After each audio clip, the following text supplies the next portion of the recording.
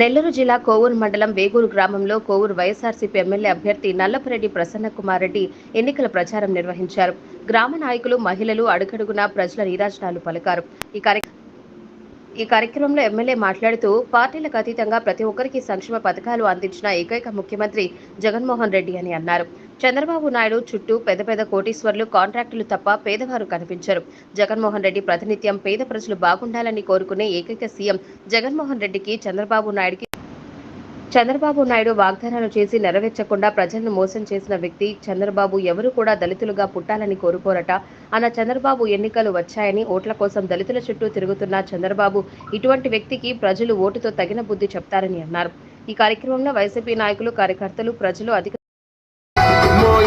తెచ్చిండు ప్రభుత్వం, మా చేతికి ఇచ్చిండు పథకం.